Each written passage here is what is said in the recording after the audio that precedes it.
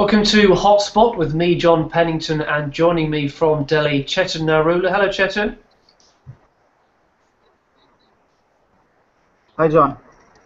And we're going to start our look ahead to the 2014 Indian Premier League with the first four teams alphabetically.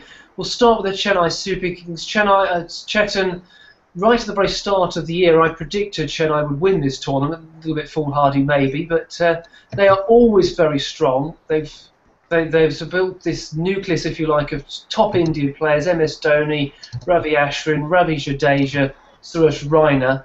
What do you make of their chances this year? Can they go on and make it another title, another year to remember for them? John, let's be very honest. Chennai Super Kings have always been in the mix. They're two-time champions. They're always in the mix for the semi-finals. I can't remember the last time they did not make it to a semi-final or the knockout stage of the IPL. I mean, last year they lost in the final. The year before that they lost in the final. 2 years before that they were the winning team. So it's very it's almost a given every time that Chennai Super Kings are almost always going to be present in the last stages of the tournament.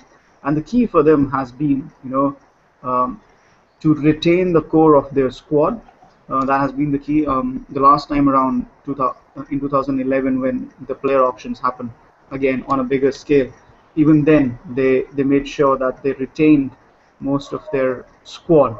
So that has been a key for them. And thanks to the retainers, the players' retainers, once again they have made sure that the core of their squad is there. At the same time, they've also made sure that they have got some new kids on the block coming in as well. You look at players like MS Dhoni, Suresh Raina, and Ravichandran Ashwin, and Ravindra Jadeja, and Dwayne Bravo. They are going to be carrying on from where Chennai Super Kings left. There's also going to be Stephen Fleming, who's been part of their coaching staff ever since the start of the IPL. So basic six players are there, and then you have Faf du Plessis coming in. You have obviously Michael Hussey is not there, but you have Dwayne Smith, you have Faf du Plessis, and you have Ashish Nehra, again quite a lot of experience. You have Ishwar Pandey, you have Brendan McCullum, Mohit Sharma, obviously again one of the players they bought back, not retained, bought back. So they have a good Samuel Badri, another player in there. So they have a good nucleus, a good core. They've managed to protect that core, and then obviously they've got some very very valuable players coming in. So that has been the crux of Chennai Super Kings, and I think they have managed to do that once again very very well. Yes, you mentioned the sort of new players brought in. I think we're going to be almost feeling our way a little bit, not just in this particular hangout, but throughout the first week of the tournament, working out who exactly is playing where and trying to remember which players have gone where a little bit. But certainly the acquisition of Brendan McCullum is that's always going to make headlines. Dwayne Smith coming across the Mumbai Indians. So would you say they've done particularly well in the auction? I think so. I mean, definitely. I mean, what they've done is, like I said, they had their core players retained, and they could have just one matching card, and they knew that certain players that are going to be the targets for others as well. Somebody like a Mike Hussey, who was a target for Mumbai Indians, and Mumbai Indians got him because Mumbai Indians also have to look at their opening combination: Sachin Tendulkar, Ricky Ponting, Dwayne Smith. They lost Dwayne Smith. They didn't retain Dwayne Smith. So every team is going to look at certain players and trying to fill those positions in the best way possible. So you cannot retain all your players, you cannot get back all your players. So I mean, if Michael Hussey goes and you buy Dwayne Smith as well as Brendan McCullum, I think that's a very very good purchase. Also, one more thing, Chennai Super Kings have tried, sometimes they over the last couple of years, not sometimes, over the last couple of years, they've tried to focus on getting Indian seamers, Indian pacers in. You had Mohit Sharma in the last couple of seasons. This season you have Ishwar Pandey, and they've also got Ashish Nehra in the mix. So you're looking at an Indian-based attack, so that they could play their, at the top of the order, they could play Brendan McCullum, Dwayne Smith, Bravo, this sort of mixture. Plus, you get the bowling code. You have the Indian bowling, Indian cricketers bowling there. So I think that sort of a change in their strategy has come about. And finally, on the Chennai Super Kings, Chetan, a lot of the controversies that was happening last year did sort of centre around them with N. Srinivasan and others. Do you think that off the field stuff's going to distract them at all, or they're just putting it to one side and getting on with it now? No, I think there will be some distraction. Probably not for the first part because Indian cricket hasn't gone to Sharjah and Dubai and Abu Dhabi for a long time. I think last time they went there was Rahul Dravid led the Indian team there for two or three matches against Pakistan. I think it was drawn 1-1. I'm not sure. I don't remember the scoreline, but there were just a couple of matches in the new stadiums in Abu Dhabi. That's where they played. But since '99, Indian cricket has never gone to the Middle East, except at one occasion. So it's going to be a bit of a new environment for the Indian players. New environment in the sense that wherever the Indian cricketers go or wherever cricketers who are associated with the IPL go, they have a particular fan base, and people uh, people will always see them as attractions. So for the next couple of weeks, obviously the cricketers might not just be overawed by the situation a bit, the situation back home. The hearing is tomorrow on the day the IPL begins. So we don't really know what's going to come out of it tomorrow. It's certainly going to be a distraction once they come back if it doesn't go in the favor of N. Srinivasan or in favor of Chennai Super Kings, particularly N. Srinivasan, going ahead. So in that particular sense, it's going to affect them once they return because once you're playing for the team, you cannot sidestep these controversies. And like Stephen Fleming has pointed out, it's going to be on the back of their mind. They will talk about it if necessary. We hope it doesn't become necessary, but they might just be, in a cocoon while they are in the UAE. But once they come back to India, they might just be under a bit more pressure this time around. Okay, so the Chennai Super Kings, in some ways, well, in many ways, they've got some of the players they still had in the very first season. Now, I don't think that's particularly true of the next team we need to look at, which is Delhi Daredevils. Very much changed, even just from last year. Now, they brought Kevin Peterson in as captain. Just give us the latest, as you understand it, Chetan, with his injured finger, and then just sort of maybe talk about Delhi's prospects. He had a very, very poor year last year, as you know yourself. You went to, or you've been lucky enough to be, or perhaps not last year was lucky, but certainly over the years you've been lucky enough to go to many of their games. Yeah, absolutely. Hopefully this year also I will be able to attend a few of the games. They have changed quite a bit. Everything from their jersey, they've brought in a new coaching staff with Gary Kirsten coming in. Obviously, their team has, they did not retain anybody. They let go of players like David Warner, Virender Sehwag, Mone Markle. So they haven't retained anybody. They did buy back Kevin Peterson, but they have Manoj Tiwari as well, Dinesh Karthik, who once used to be a Delhi Daredevil, then went to Mumbai Indians. He's also back in the fold. So there are players who've played for Delhi, but even then, it's altogether a new look, a completely different look, and they have a different philosophy now that they want to go ahead with. And with the fact that I think we discussed this on Sunday as well, with the fact that they have Kevin Peterson now leading the side, available for the entire season. We'll discuss about his injury, but available for the entire season. He'll be in the dugout. He'll be able to give his tips, his input throughout the season. I think that's a very, very valuable point because Delhi were missing a spark the first couple of seasons of the IPL. They had an informed Gautam Gambhir, an informed Virender Sehwag. They were the best opening pair for India in 2009, 10, 11.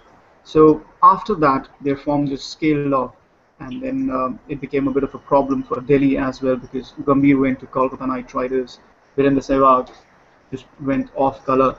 So they did not have that maverick player who could just uplift the dressing room, and that's where Kevin Peterson comes in very, very well. And like I said, available throughout the tournament, he is an impact player in whatever form. And when I say form, as a batsman or a captain or just his mere presence, I think he is a big player, and I think Delhi will certainly benefit. But if you look at their squad as well, it's not that bad a squad. You have, I think, two huge purchases by Gary Kirsten. At that time, Kevin Peterson was not the captain, so two big purchases in Quinton de Kock and Jean-Paul Duminy. We saw Duminy was the informed South African player during the World T20. Quinton de Kock, I saw him up close and personal during the tour of South Africa. He is one to watch out for, and he's also a wicket keeper. And Dinesh Karthik is also a wicket keeper. So they have this mix. They can, maybe Dinesh Karthik will come into play and at times. If de Kock is playing, he'll keep at times. You don't know. So they have this variable mix, or either of them could play, both of them could play, and either of them could keep. So both of them can also play as pure batsmen. But then you also have somebody like a Manoj Tiwari, who's there, who's not had his moments, but he could now be the pivotal batsman for Delhi. At the top, they have Murli Vijay. So they have some good Indian batsmen in the mix.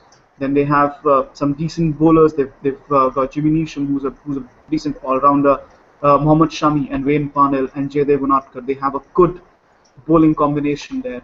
But I think they're a bit lightweight in the spin department with Shahbaz Nadeem, who's played for Delhi previously. And they've got Rahul Sharma, the troubled Pune Warriors leg spinner, who was, some off-the-field activities he came in the news for, as did Wayne Parnell. So they've got the two of them, and hopefully the two of them will probably behave themselves this time around.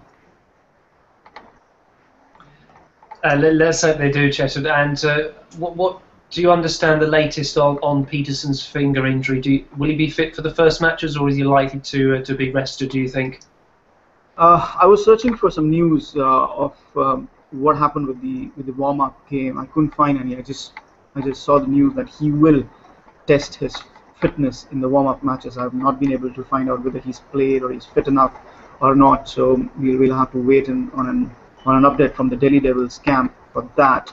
But he certainly will. I mean, if he's not fit, I don't think he will be playing.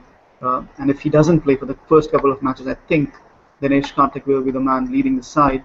However, I'm not sure it's going to be that big a loss because obviously, like I said, he's going to be there. His presence is going to be there. He'll be part of the strategy-making unit.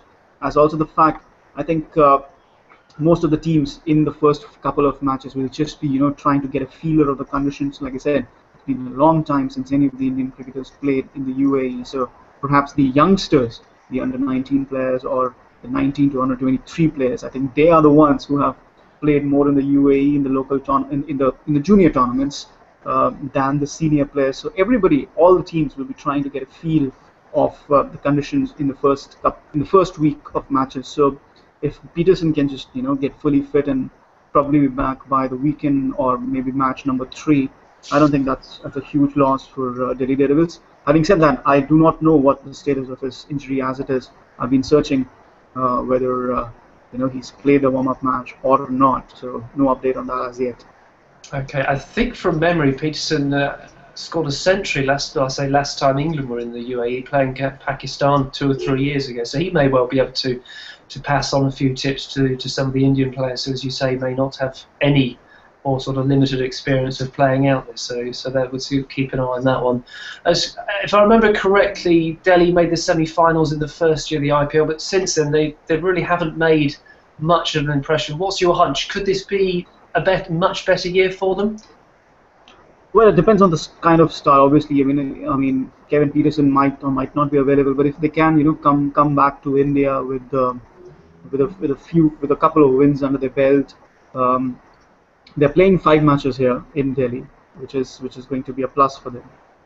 So they have those, Shahbaz Nadeem is a slow spinner, and Rahul Sharma is a leg spinner. So, I mean, obviously it depends on the start, but I think Kevin Peterson's presence throughout the season is going to be a huge factor. And if they can just kick on a couple of big players, you have Ross Taylor in there as well. I forgot to mention his name.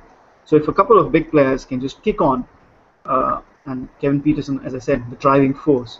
I think they could be one of the challengers this year. It all depends on how it really kicks on for the Daredevils. They are one of my 4 selections to be in the knockouts. Yep, I'd put them there as well, Chetan. It's interesting that at the moment we're doing sort of prediction piece on Cricket One, inviting our team, our contributor. I don't think anyone has sort of stuck their neck out, apart from Alistair, head of media, to actually say that Delhi will go on and win. He's backing KP to really come back and boss 2020 cricket. On the subject of predictions and polls, we've got a poll running across social media and the website at the moment, asking our viewers, visitors, people to vote on who they think will win the 2020 the IPL. And currently top is the next team. We can talk about Kings 11 Punjab, which maybe. What do you make of that, Chetan? Are people onto something here, or is that a bit of a surprise that people are going for Kings 11?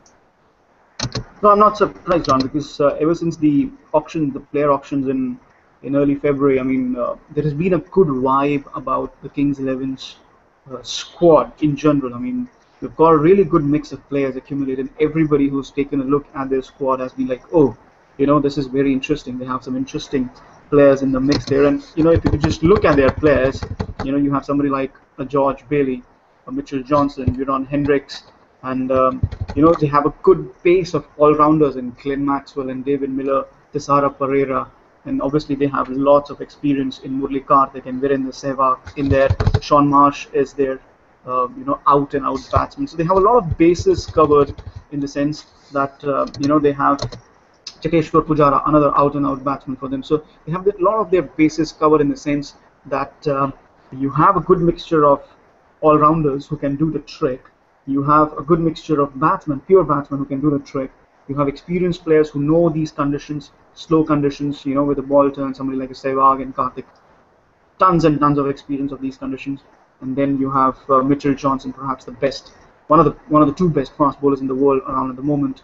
And remember, they're the only team to retain somebody like a Manan Vora, a very, very young player in Kings 11 Punjab. So interesting things are happening at that franchisee. A good mix of players.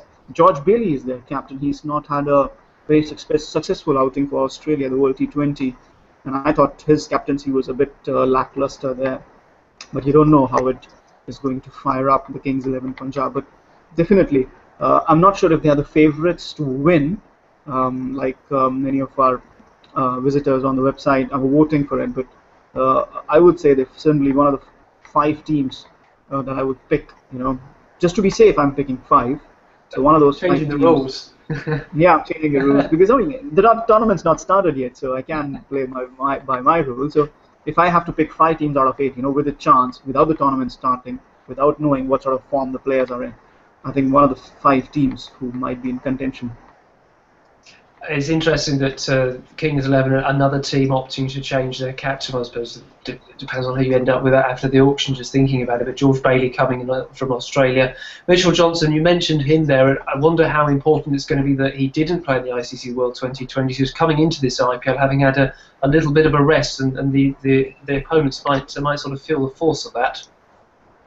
Absolutely. I think he is probably looking forward to bowling now, because I don't know how the Australian cricket fans will feel about it if he just goes and blows up a batsman for Kings 11 Punjab and he was missing in action for Australia in the World T20. So, I mean, you can't really do anything. He was having an injury and now he's fit, and obviously he wants to come back and play some competitive cricket as well as enjoy himself and earn some money. So you can't really complain against that. That's how professional cricket is these days. But having said that, I mean, obviously we know how his performances have been for Mumbai over the last IPL season, and he's been an impact bowler. And I think it was very surprising that Mumbai did not retain Mitchell Johnson, especially in a year when they have some big names like Dwayne Smith and Dinesh Karthik going away, and Sachin Tendulkar retiring, so Ricky Ponting not opting to play again. So quite a few big names going out for Mumbai Indians, and I thought they would really retain him as one of the 5, or use, even more surprising, they did not use the right to match cards when Mitchell Johnson's name came up. So I remember that, and I was very, very surprised. And we had a hotspot discussion at that time as well. So I was very surprised that they did not use even the right to match card for Mitchell Johnson. They're not a franchise that doesn't have a lot of money. They have bags and bags of money. So it was very, very surprising. And like I said, Kings 11 Punjab, not just Mitchell Johnson. I thought Glenn Maxwell, we saw what he could do in World T20. He can win you T20 matches on his own. Virendra Sehwag, huge experience. Murli Karthik, huge experience. Cheteshwar Pujara, he wants to make a point in limited overs cricket, I think. And David Miller's there in there as well. Sean Marsh coming back from injury. So all of these cricketers have a point to prove. It could just, they might just use Kings 11 Punjab as their platform. As others have done before, Sean Marsh certainly springs to mind. He was a household name before that first IPL where he scored, I think, 656 runs. Not sure if that number's correct or why that's in my head. Kings 11, a little bit like Delhi, I suppose. They performed pretty well in the first year, but haven't really hit the radar since. Next and final team for this hotspot to discuss is the Kolkata Knight Riders, who of course won the title a couple of years ago. They opened the tournament this time around against Mumbai Indians. What do we make of their chance, Steph? Another team I think who has shaped things up a little bit, but they've still got guys like Jacques Kallis, still got Gautam Gambhir, Ryan Tendulkar, for example. I think they had, let's go back to the player auctions. I think they had a decent outing at the player auctions. They didn't really get any players who really, just held out or just, stood out. I mean, if you look at their, if you take a look at their squad, they have tried to do what Chennai Super Kings do. Get the core of their squad together and make sure that you have your core there, and then you get the players in. So you have Gautam Gambhir in there, you have Manvinder Bisla in there, you have Jacques Kallis in there, Shakib Hassan in there, Sunil Narayan in there, Yusuf Pathan in there, and Ryan Tendulkar in there. So these are all players who have played for Kolkata Knight Riders over the last few years. So Ryan Tendulkar and Shakib Hassan have not been playing a lot, but they have been around and they have been used sparsely. With Jacques Kallis now retiring and fading away a bit, if I can say so, I think they'll have more pronounced roles. But the fact of the matter is, again, I could count 6 or 7 players on my fingers there. So 7 of your players you've retained from your team. From your past teams, and that's a very, very good core. And this is a side which won the IPL 2 years ago. So it's not like they're starting out on a blank sheet of paper or these players haven't achieved anything. They did win the IPL. They know how to do it, and that's, I think, a very, very important factor. Now we look at the players that they have gotten this year, and it's again a very, very interesting mix. You're looking at players like Vinay Kumar. You look at Umesh Yadav. You have Robin Uthappa who can keep, and he can exchange his keeping abilities with Manvinder Bisla, and then depending on the sort of form they're in, they have a huge guy in Muttiah Muralitharan, who can, Muttiah Muralitharan is not a sort of bowler who is very successful on the international stage in T20 cricket, because he's somebody who uses his bounce and all, and international batsmen of different teams are used to playing bounce, especially foreign teams. They're used to playing bounce. But why he's so successful in the IPL is because when he comes against the younger Indian players, or from the age group of 19 to 23, or even somebody like a Suresh Raina, who is a tremendous T20 player, but he struggles against bounce. So these players, even on slow pitches, with the bounce that Muttiah Muralitharan, bounce and pace Muttiah Muralitharan generates in the IPL, he's a very, very handy bowler. And I was very surprised that Delhi Daredevils did not retain him or use the right to match card. So that is a terrific buy for Kolkata Knight Riders, because he can really get you those, wickets where batsmen with absolutely zero experience of playing deliveries which are coming to your shoulders or very quick and coming onto your chest. He really showed that when he took those 20-odd wickets for Delhi Daredevils a couple of seasons back. So it was very, very interesting buy for them. And they have Manish Pandey, the youngster, who's had some good couple of seasons, but then faded away, and he'll be probably looking to make a comeback. You have Piyush Chawla as well, and Pat Cummins as well. So they have their core in place, and they've brought in players who are not really marquee T20 players, but given the good guidance, a good platform, they could really just get things going. And it's not really that bad a squad. It just needs some nurturing, some taking care of. I mean, on their day, Piyush Chawla, Umesh Yadav doesn't have the best economy rate in limited overs cricket. Vinay Kumar and Piyush Chawla have hardly made a dent in limited overs cricket. So not the sort of players who've impressed in limited overs cricket, but if you could just give them the right platform, perhaps they could impress. And we know Gautam Gambhir is an intense captain, and he's trying to make a comeback to the Indian team, and we have the huge tour of England, 2.5 month long tour coming up. So he will be looking to impress. Is it time, do you think, for Yusuf Pathan to really show what he can do in a Kolkata Knight Riders shirt? Because he's another player who really made a good impression on the first couple of IPLs maybe, but I'm not sure he's really stepped up in a Kolkata shirt just yet. What would you say to that? I think there's an added angle here, John. I mean, not last couple of seasons, last 3 years, you were looking at Yusuf Pathan, the player who cost them what, $2 million per year? I think 2.1 because Gautam Gambhir was 2.2 if I remember correctly, but it was $2 million. You're looking at $2 million. So every time Yusuf Pathan comes on to bowl or Yusuf Pathan comes on to bat, you're looking, oh, that's my $2 million investment, and he has to fire. He's so if the player doesn't succeed, then slowly he's thinking, oh, they play $2 million for me and I'm not firing. That adds to the pressure. When you're playing for the national team, it does not matter what the BCCI is paying Yusuf Pathan or what the BCCI is paying Virat Kohli, because you have created pay structures and everybody's getting the same. But here, you walk in and everybody, from your fans, from Kolkata Knight Riders fans to the opposition team's fans to the neutral fans, everybody's thinking, ooh, the $2 million player has come out to bat and he's not firing. And if that accumulates over 3 seasons, that's going to hurt the psyche of any player. I think that's what's happened with Yusuf Pathan. This year, it's not really good when a player from $2 million really comes down to less than $1 million, I think, if I remember correctly. It's not good. It was not a good payday for the Pathan brothers. Even Irfan Pathan lost quite a lot of his money from the previous contract. But I think it's a good thing for Yusuf Pathan because it helps some of that pressure go away. Nobody's, Gautam Gambhir or Shah Rukh Khan, who owns Kolkata Knight Riders, he's not going to come and say, listen, you're not a $2 million player anymore, you're just $500,000 player now, that's what you're costing us. Nobody's going to say that. They're still going to tell him, listen, we may not be paying you that much, or they might not even say that. Listen, you're just going to tell him, you're still a $2 million player for us. You've been released from that pressure, so go out and play like that. I think this could be a season where Yusuf Pathan might just impress a bit.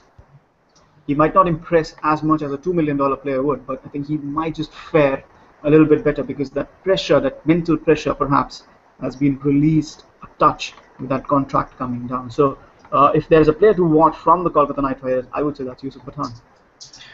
Okay, and finally, Chesson, on Kolkata Knight Riders, I can't remember if they're one of your 5 or 6 or how many teams you're trying to cram into playoff week this year. But give us your sort of prediction. Where do you see them coming, or do you see them in the playoff mix? I think they will compete, but like I said, they have been able to retain their core. But the players that they've added, Sunil Narayan and Gautam Gambhir. If you're looking at 2 marquee players, that's Gautam Gambhir and Sunil Narayan. And Sunil Narayan is a bowler.